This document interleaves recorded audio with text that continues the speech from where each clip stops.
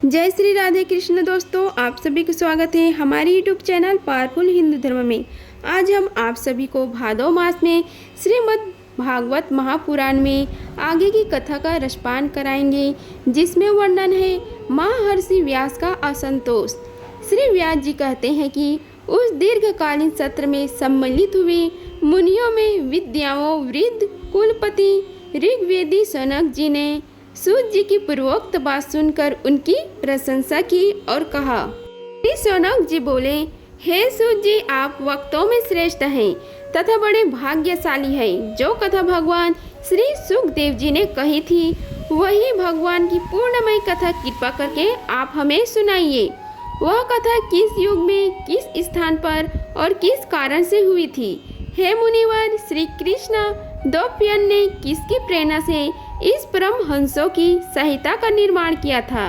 उनके पुत्र सुखदेव जी बड़े योगी, समदर्शी, भेदभाव रहित, संसार निद्रा से जगे एवं निरंतर एकमात्र परमात्मा में स्थिर रहते हैं। वे छिपे रहने के कारण मूढ़ से प्रतीत होते हैं। हे व्यास जी, जब संन्यास के लिए वन की ओर जाते हुए अपने पुत्र का पीछा कर रहे थे, समय जल में स्नान करने वाली स्त्रियों ने नंगे सुखदेव जी को देखकर तो वस्त्र धारण नहीं किया, परंतु वस्त्र पहने हुए व्यास जी को देखकर लज्जा से कपड़े पहन लिए थे। इस आश्चर्य को देखकर जब व्यास जी ने उन स्त्रियों से इसका कारण पूछा, तब उन्होंने उत्तर दिया कि आपकी दृष्टि में तो अभी भी स्त्री पुरुष का भेद बना हुआ है, परंतु आपके पुत्र शुद्ध दृष्टि में यह भेद नहीं है। कुरु जंगल देश में पहुंचकर हस्तिनापुर में वे पागल, गूंगे तथा जड़ के समान विचरते होंगे। नगरवासियों ने उन्हें कैसा पहचाना? पांडव वंदन राजश्री परीक्षित का इन मौनी सुखदेव जी के साथ संवाद कैसे हुआ, जिसमें यह भागवत संहिता कहा गया है। हे महाभाग, श्री सुखदेव जी को तो गृहस्थों के घरों के तीर्थ स्वरूप बना देने के लिए उतना ही देर उनके दरवाजे पर रहते हैं जितना देर में एक गाय दूही जाती है। हे सूत जी, हमने सुना है कि अभिमन्यु नंदन परीक्षित भगवान के बड़े प्रेमी भक्त थे। उनके अत्यंत आश्चर्यमयी जन्म और कर्मों का भी वर्णन कीजिए। वे तो पांडव वंश के गौरव बढ़ाने वाले सम्राट थे। वे भला किस कारण से साम्राज्य लक्ष्मी का परित्याग करके गंगा तट पर मृत्यु पर्यंत अंश का व्रत लेकर बैठे थे? शत्रुगण अपने भले के लिए बहुत से धन लाकर उनके चरण रखने की चौकी को नमस्कार करते थे। वे एक वीर युवक थे। उन्होंने उस दुस्तास्य लक्ष्मी को अपने प्राणों के साथ भला क्यों त्याग देने की इच्छा की? जिन लोगों का जीवन भगवान के आश्रित हैं, वे तो संसार के परम कल्याण, अभ्युदय और समृद्धि के लिए ही जीवन धारण करते हैं। उसमें उनका अपना कोई स्वार्थ नहीं होता। उनका शरीर तो दूसरे के हित के लिए था। उन्होंने विरक्त होकर उसका परित्याग क्यों किया? वेदवाणी को छोड़कर अन्य समस्त शास्त्रों के आप पारदर्शी विद्वान हैं।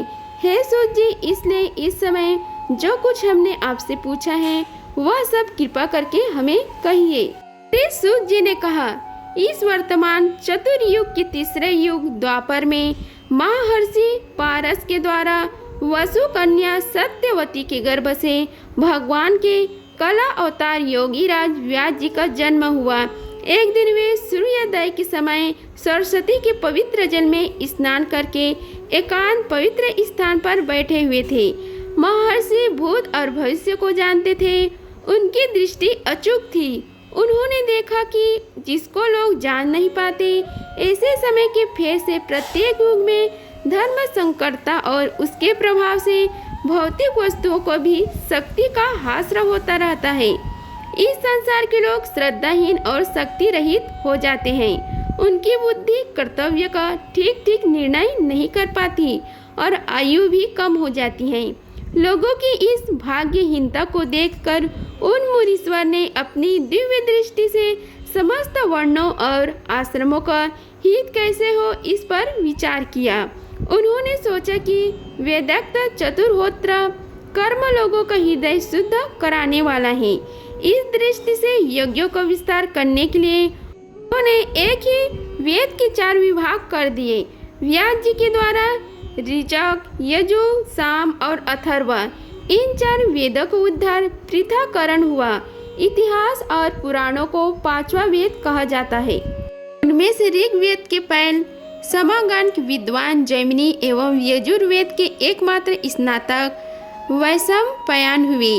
अथर्ववेद में प्रवीण हुए दारुनंदन सुमंतु मुनि इतिहास और पुराणों के स्नातक मेरे पिता रोमहर्षण थे। इन पूर्वोक्त ऋषियों ने अपनी अपनी शाखाओं को और भी अनेक भागों में विभक्त कर दिया। इस प्रकार शिष्य, प्रशिष्य और उनके शिष्यों द्वारा वेदों की बहुत सी शाखाएं बन गई।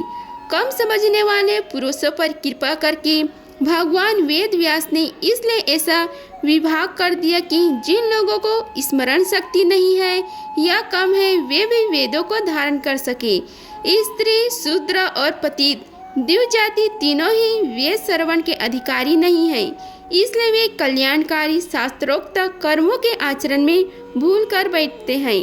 अब इसके द्वारा उनका भी कल्याण हो जाए, यह सोचकर महामुनि व्यास जी ने बड़ी कृपा करके महाभारत इतिहास की रचना की। सनक आदि ऋषियों ने यद्यपि व्यास जी इस प्रकार अपनी पूरी शक्ति से सदा सर्वदा प्राणियों के कल्याण में ही लगे रहे, तथापि उनके हृदय को संतोष नहीं हुआ। उनका मन कुछ खिन्न सा हो गया।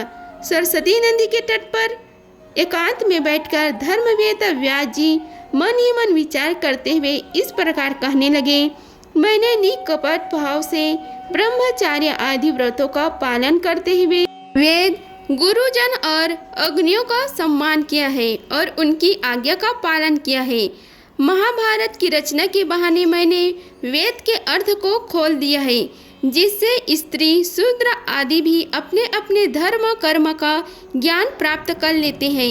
यद्यपि मैं ब्रह्म तेज से संपन्न एवं सामर्थ्य हूँ, तथापि मेरा हृदय कुछ अपूर्ण काम सा जान पड़ता है।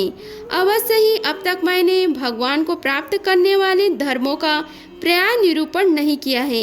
वे ही धर्म परमहंसों के प्रिय हैं और वे ही भगवान को भी प्रिय है। हो न हो मेरी अपूर्णता का यही कारण है। श्री कृष्ण द्वैपायन व्यास इस प्रकार अपने को अपूर्ण मानकर जब खिन्न हो रहे थे, उसी समय पूर्वोक्त आश्रम पर देवर्षि नारद आ पहुँचे। उन्होंने यहाँ देख व्यास जी तुरंत खड़े हो गए। उन्होंने देवताओं के द्वारा सम्मानित देवर्षि नारद की विधि पूर्वक पूजा की।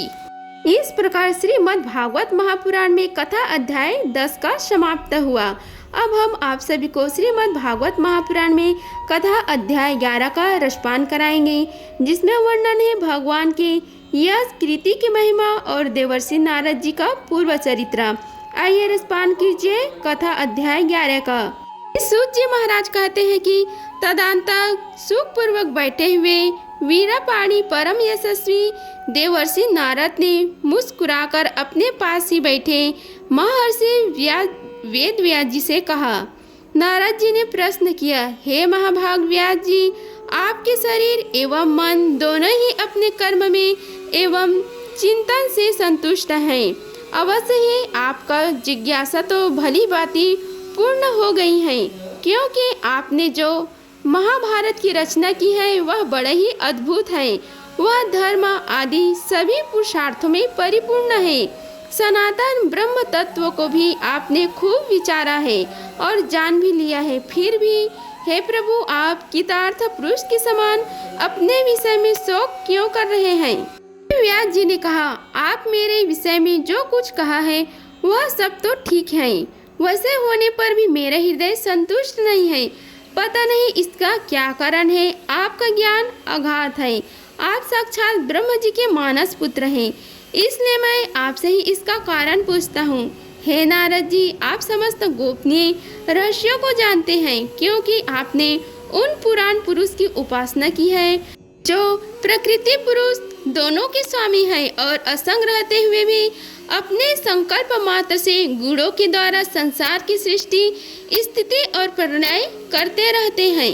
सूर्य की भांति तीनों लोकों को भ्रमण करते रहते हैं और योग बल से प्राण वायु के समान सबके भीतर रहकर अंतःकरण को भी साक्षी भी है। योग अनुष्ठान और नियमों के द्वारा पर ब्रह्म और शब्द ब्रह्म दोनों की ही पूर्ण प्राप्ति कर लेने पर भी मुझसे जो बड़ी कमी है उसे आप कृपा करके बताइए। नारद जी ने कहा, हे व्यास जी, आपने भगवान की निर्मल यश का गान पर्याय नहीं किया। मेरी ऐसी मान्यता है कि जिससे भगवान संतुष्ट नहीं होते वह शास्त्र या ज्ञान अधूरा है। आपने धर्म आदि पुरुषार्थों का जैसे निरूपण किया है, भगवान श्री कृष्ण की महिमा का वैसे निरूपण नहीं किया है। जिस वाणी से चाहे वह रस भाव अलंकार आदि से युक्त ही क्यों न हो, जगत को पवित्र कराने वाले भगवान श्री कृष्ण के यश का कभी गान नहीं होता। वह तो कौओं के लिए उच्चिष्ट फेंकने के स्थान के समान अपवित्र मानी जाती है। मान सरोवर की कामनी कमल वन में विहार करने वाले हंसों के भांति ब्रह्मधाम में विहार करने वाले भगवान उच्चारण रविंद्र श्री परमहंस भक्त कभी उसमें रमण नहीं करते। इसके विपरीत जिसमें सुंदर रचना भी नहीं है और जो दूसरे शब्दों से युक्त भी है, परंतु जिसका प्रत्येक श्लोक भगवान के सुयश सूचक नामों से युक्त है, वह वाणी लोगों के सारे पापों को नाश कर देती है। क्योंकि सत्पुरुष ऐसे ही वाणी का श्रवण गान और कीर्तन किया करते हैं। वह निर्मल ज्ञान भी जो मोक्ष की प्राप्ति का साक्षात साधन है, यदि भगवान की भक्ति से रहित हो तो उसकी उतनी शोभा नहीं होती। फिर जो साधन और सिद्धि दोनों ही दिशाओं में सदा ही अमंगल रूप है, वह काम्य कर्म और जो भावना को अर्पण किया गया है, ऐसे अतोहिक निष्काम कर्म भी कैसे सुशोभित हो सकता है। हे महाभाग व्यास जी, आपकी दृष्टि अमोघ है, आपकी कीर्ति पवित्र है, आप सत्यपरायण एवं दृढ़ व्रत है। इसलिए अब आप संपूर्ण जीवों को बंधन से मुक्त करने के लिए समाधि के द्वारा अचिंत्य शक्ति भगवान की लीलाओं का स्मरण कीजिए। जो मनुष्य भगवान की लीला के अतिरिक्त और कुछ कहने की इच्छा करता है, वह उसे इच्छा से ही निर्मित अनेक नाम और रूपों के चक्कर में पड़ जाते हैं। उसकी बुद्धि भेदभाव से भर जाती है। से हवा के झरोकों से डगमगाती हुई डोंगों को कहीं भी ठहरने का ठौर नहीं मिलता, वैसे ही उसकी चंचल बुद्धि कहीं भी स्थिर नहीं हो पाती। संसारी लोग स्वभाव से ही विषय में फंसे हुए हैं। धर्म के नाम पर अपने उन्हें निंदित पशु हिंसक युक्त सकाम कर्म करने की भी आज्ञा दे दी है। यह बहुत ही उल्टी बात हुई है, क्योंकि मूर्ख लोग आपके वचनों से पूर्वोक्त निंदित कर्म को ही धर्म मानकर यह मुख्य धर्म है ऐसा निश्चय करके उसका निषेध करने वाला वचनों को ठीक नहीं मानते। भगवान अनंत है। कोई विचारवान ज्ञानी पुरुष ही संसार की ओर से निवृत्त होकर उनके स्वरूपभूत परमानंद का अनुभव कर सकता है। अतः जो लोग पारमार्थिक बुद्धि से रहित है और गुणों के द्वारा नचाए जा रहे हैं, उनके कल्याण के लिए ही आप भगवान की लीलाओं का सर्वसाधारण के हित की दृष्टि से वर्णन कीजिए। जो मनुष्य अपने धर्म का परित्याग करके भगवान के चरण कमलों का भजन सेवा करता है, भजन परिपक्व हो जाने पर तो बात ही क्या है। यदि इससे पूर्व ही उसका भजन छूट जाए तो क्या कहीं भी उसका कोई अमंगल हो सकता है। परंतु जो भगवान का भजन नहीं करता, केवल सर्वधर्म का पालन करते हैं, उन्हें कौन सा लाभ मिलता है। बुद्धिमान मनुष्य को चाहिए कि वह उसी वस्तु की प्राप्ति के लिए प्रयत्न करे जो तिनके से लेकर ब्रह्म पर्यंत समस्त ऊंची नीची योनियों में कर्मों के फलस्वरूप आ जाने पर भी स्वयं प्राप्त नहीं होती। संसार के विषय सुख तो जैसे बिना चेष्टा के दुख मिलते हैं, वैसे ही कर्म के फल स्वरूप में अचिंत्य गति समय के फेर से सबको सर्वत्र स्वभाव से ही मिल जाते हैं। व्यास जी जो भगवान श्री कृष्ण के चरण अरविंदन का सेवक है, वह भजन करने वाले कर्मी मनुष्य के समान दैवत कभी बुरा भाव हो जाने पर भी जन्म मृत्युमय संसार में नहीं आता। वह भगवान के चरण कमलों के अलौकिक आलिंगन का स्मरण करके फिर उसे छोड़ना नहीं चाहता। उसे रस का चस्का जो लग चुका है, जिससे जगत की उत्पत्ति, स्थिति और प्रलय होते हैं, वे भगवान ही इस विश्व के रूप में भी हैं। ऐसा होने पर भी वे इससे विलक्षण नहीं हैं। इस बात को आप स्वयं जानते हैं, तथापि मैंने आपको संकेत मात्र कर दिया है। हे व्यास जी, आपकी दृष्टि अमोघ है। आप इस बात को जानिए कि आप पुरुषोत्तम भगवान के कला अवतार हैं। आपने अजन्म होकर भी जगत के कल्याण के लिए जन्म ग्रहण किया है, इसलिए आप विशेष रूप से भगवान की लीलाओं का कीर्तन कीजिए। विद्वानों ने इस बात का निरूपण किया है कि मनुष्य की तपस्या, वेद अध्ययन, यज्ञ अनुष्ठान, स्वाध्याय, ज्ञान और दान का एकमात्र प्रयोजन यही है कि पूर्ण कृति श्री कृष्ण के गुणों और लीलाओं का वर्णन किया जाए। हे मुने, पिछले कल्प में अपने पूर्व जन्म में वेदवादी ब्राह्मणों की एक दासी का लड़का था। वे योगी वर्षा ऋतु में एक स्थान पर चतुर्मास से कर रहे थे। बचपन में ही मैं उनकी सेवा में नियुक्त कर दिया गया था। मैं यद्यपि बालक था, फिर भी किसी प्रकार की चंचलता नहीं करता था। जितेंद्र था, खेलकूद से दूर रहता था और आज्ञा अनुसार उनकी सेवा करता था। मैं बोलता भी बहुत कम था। मेरे इस शील स्वभाव को देखकर समदर्शी मुनियों ने उस सेवक पर अत्यंत अनुग्रह किया। उनकी अनुमति प्राप्त करके बर्तनों में लगा हुआ प्रसाद मैं एक बार खा लिया करता था। इससे मेरे सारे पाप धुल गए। इस प्रकार उनकी सेवा करते करते मेरा हृदय शुद्ध हो गया और वे लोग जैसा भजन पूजन करते थे, उसी में मेरी भी रुचि हो गई। प्यारे व्यास जी, उस सत्संग में उन लीला गान परायण महात्माओं के अनुग्रह से भी मैं प्रतिदिन श्री कृष्ण की मनोहर कथाएं सुना करता था। श्रद्धा पूर्वक एक एक पद श्रवण करते करते प्रिय कृति भगवान में मेरी रुचि हो गई। महामुने, जब भगवान में मेरी रुचि हो गई, तब उन मनोहर कृति प्रभु में मेरी बुद्धि भी निश्चल हो गई। उस बुद्धि से मैं इस संपूर्ण सत और असत रूप जगत को अपने पर ब्रह्म स्वरूप आत्मा में माया से कल्पित देखने लगा।